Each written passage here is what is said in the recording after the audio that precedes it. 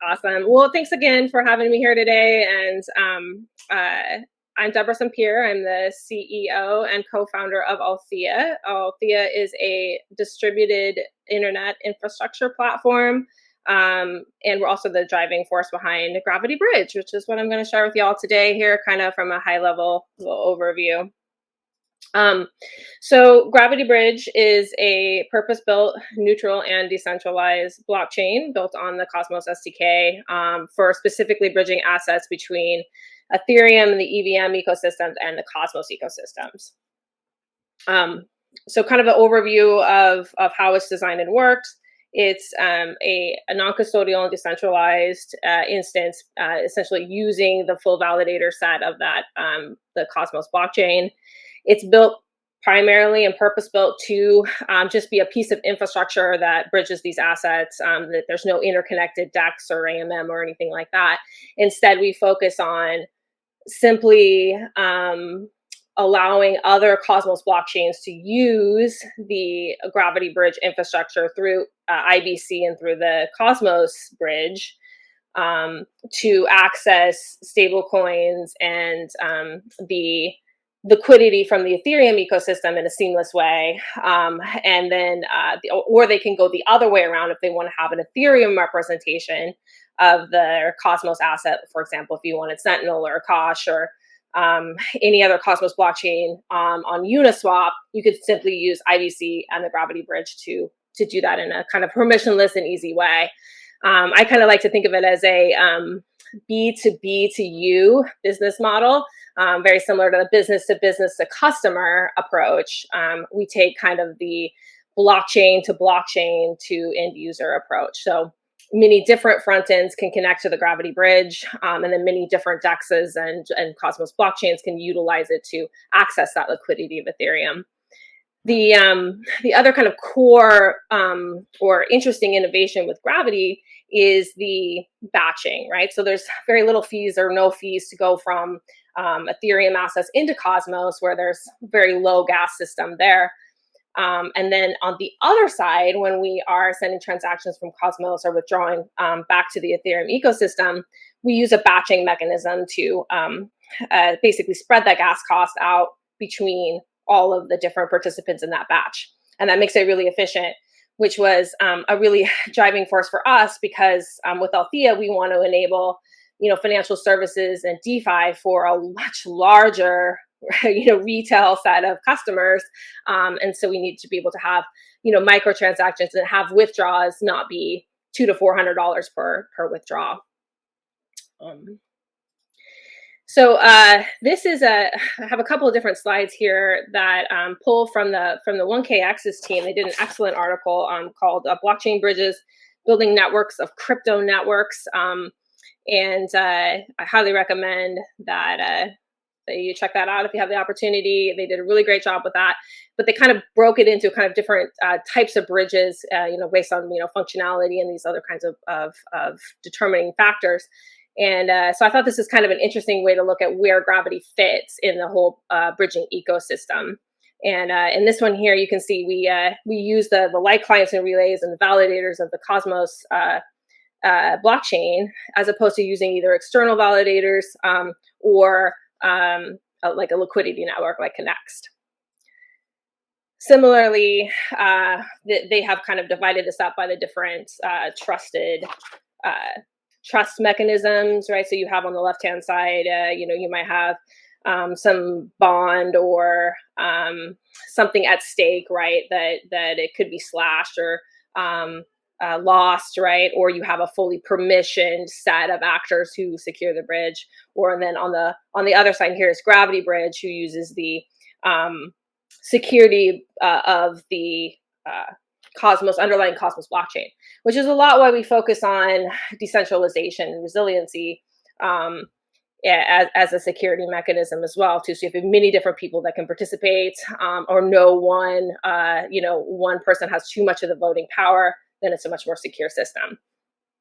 And in fact, actually, when we launched with over 100 validators and with the decentralized start, which we're really, really proud of that, and are excited to see the new validators also coming on board as well. So basically how it works, you have an Ethereum contract, then you have the Gravity Cosmos module, eSigner and Oracle, which are run by the Cosmos Validator. And then you have a market of relayers who submit these transactions to Ethereum on behalf of the Cosmos Validators. What's kind of interesting here is that we sort of originally looked at this as a separate market, and I think later on we might also see this as a distinct group of relayers as the transaction volume increases. Right now, what you're seeing is mostly these relayers are also the Cosmos Validators as well.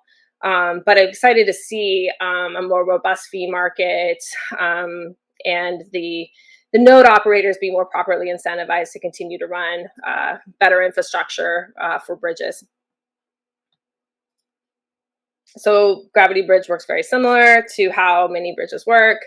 You send tokens to the Ethereum contract. They're locked on the Gravity Sol, and then they're minted on the Cosmos chain. And then similarly, when you go to withdraw, users send tokens to the Gravity module with a fee.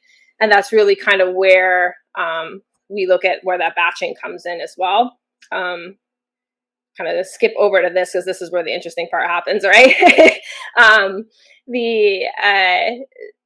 So when you're sending transactions and you're batching them, a lot of people ask, okay, well, how long is it going to take? How much is it going to cost?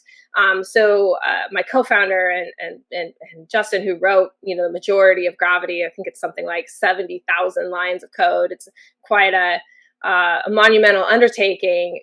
Like, he describes this as a metaphorical bus, right? So you want to send a transaction, you get on the bus, you put your money in the little jar in the front, and you take your seat, right? And then the bus goes when everyone's done that and it's full. So very similar, we kind of batch transactions between Cosmos and Ethereum. However, if you want to, you can pay for the whole bus and go right now.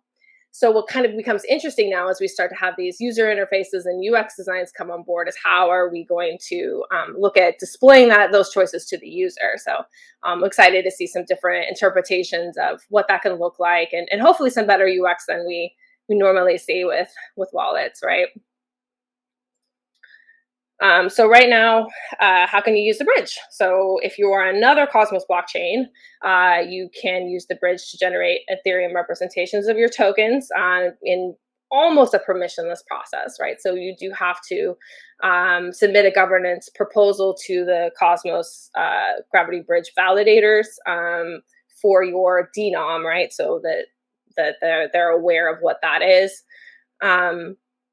But other than that, then you can have your Sentinel or Akash or, Agoric or whatever else other Cosmos asset on the Uniswap or Ethereum dexes. Similarly, if you are a user or if you're a blockchain that wants to have the liquidity of the Ethereum stablecoin ecosystem or any of the Ethereum assets or EVM assets as well too. So this isn't just specific to Ethereum, but ERC20 and all EVM assets as well. Then you can, sort of permissionally connect a front end and then use IBC to interconnect your blockchain as well, and then have stable coins, which and like the interesting use cases is Althea, right? So what we needed to have was stablecoins in our ecosystem, right? So easy to onboard stablecoins, right? DAI, USDC, things like that people are used to using to pay for their bandwidth, then can go through the Gravity Bridge where you have that nice aggregation of traffic, right? So the more aggregation of traffic, that the sort of efficiency of volume that comes with many different people participating, then we can get that efficiency, and the gas cost is really low for our end users as well.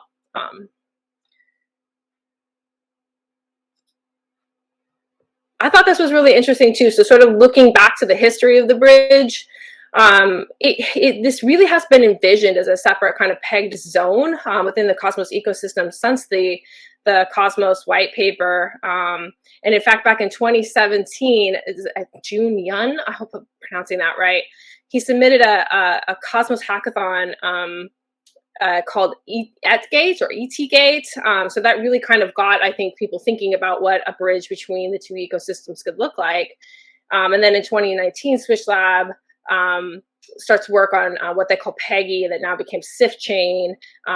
We started kind of taking on that torch back in 2020 with that real need that we have, and currently we're using the XI bridge, and there's a lot of pain points for our end users around that, and Ethereum gas costs are extremely untenable.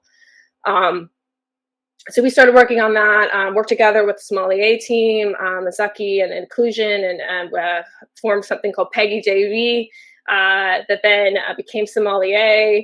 And back early or mid 2021, Sommelier Injective launched their own kind of forks of the gravity modules, part of their Cosmos blockchain. And then as we rounded out the end of 2021, Gravity Bridge blockchain is now at mainnet. We launched that really amazing decentralized start with over 100 validators participating, which was very excited about, really focusing on that decentralization and the community. And we really have mad props to our amazing validators who have been part of this journey. And many of them who tested the Gravity module for, essentially almost a year. And in fact, there's also been 3 audits on the bridge as well. So what's next, right? So we have mainnet. What you'll see coming soon is the user interfaces. I know that Cosmos Station is working on one, which is pretty exciting. You also start to see the stable coins and Ethereum tokens on DEXs and in Cosmos blockchains. And then the other way as well. I think within this quarter, we'll definitely also start seeing, and actually probably much sooner, Cosmos blockchains also on Ethereum. So really excited for what's coming next. And if you'd like to get a hold of us, Gravity Bridge on Twitter or gravitybridge.net. We also have a Discord as well.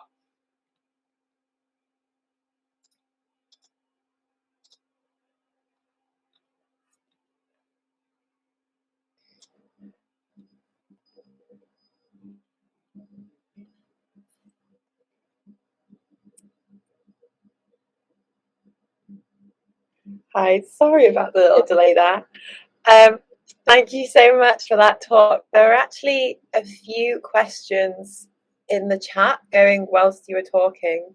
So we have a few minutes just to quickly address those. So Mark asked, are Evmos and Gravity Bridge competing with each other? Both presenters have discussed bridging ETH tokens to IBC. He's asking about the subtleties in the differences. Yeah, I think that there's a further nuance in that so there's Gravity Bridge, the module Gravity Bridge was an open source project. So like Sommelier, Injective, and Evmos are using that fork integrated into their ecosystem for their specific, applications, whether that's for, EVM applications on the Evmos chain, or Sommelier uses it for like some arbitrary logic and Ethereum, being able to rebalance your positions in DeFi. But what's true with those is that those are very, business to user focused, right? So you have something integrated within that chain that you're going to be accessing and siloing that user to. Whereas the Gravity Bridge blockchain is, permissionless for any blockchain to be able to use it. So it's just a road, a piece of infrastructure that anyone can drive along, right? So any different front end can connect, any different blockchain can connect, and it's a neutral piece of infrastructure. Whereas what you have with all these specific instances is they're going to focus their user in on their specific application. Okay, I'll just ask one more question really quickly, and then we'll get going with the panel. So, how does Gravity Bridge verify Ethereum proof of work proofs? In the IBC paper, it says IBC protocol is not suitable to validate proof of work proofs due to the cost of that operation. Right. So there's a couple different things happening there. I mentioned kind of like Gravity Bridge and IBC almost simultaneously. So you have what happens when you so IBC is not verifying the Ethereum proof of work, right? We're not, so what's happening is that you are sending things over to the Gravity Bridge, and then the Gravity Bridge is forwarding them along IBC. So I think the confusion comes where, IBC isn't necessarily interacting with a proof of work based chain. But what's happening is Gravity is doing that, and the validators are verifying those transactions, and then the IBC is taking them along to the next blockchain. So it's a two-step transaction that happens, but it happens for the user seamlessly through Gravity Bridge. So it doesn't feel like it's two steps to the end user. Okay, just one last question. I lied.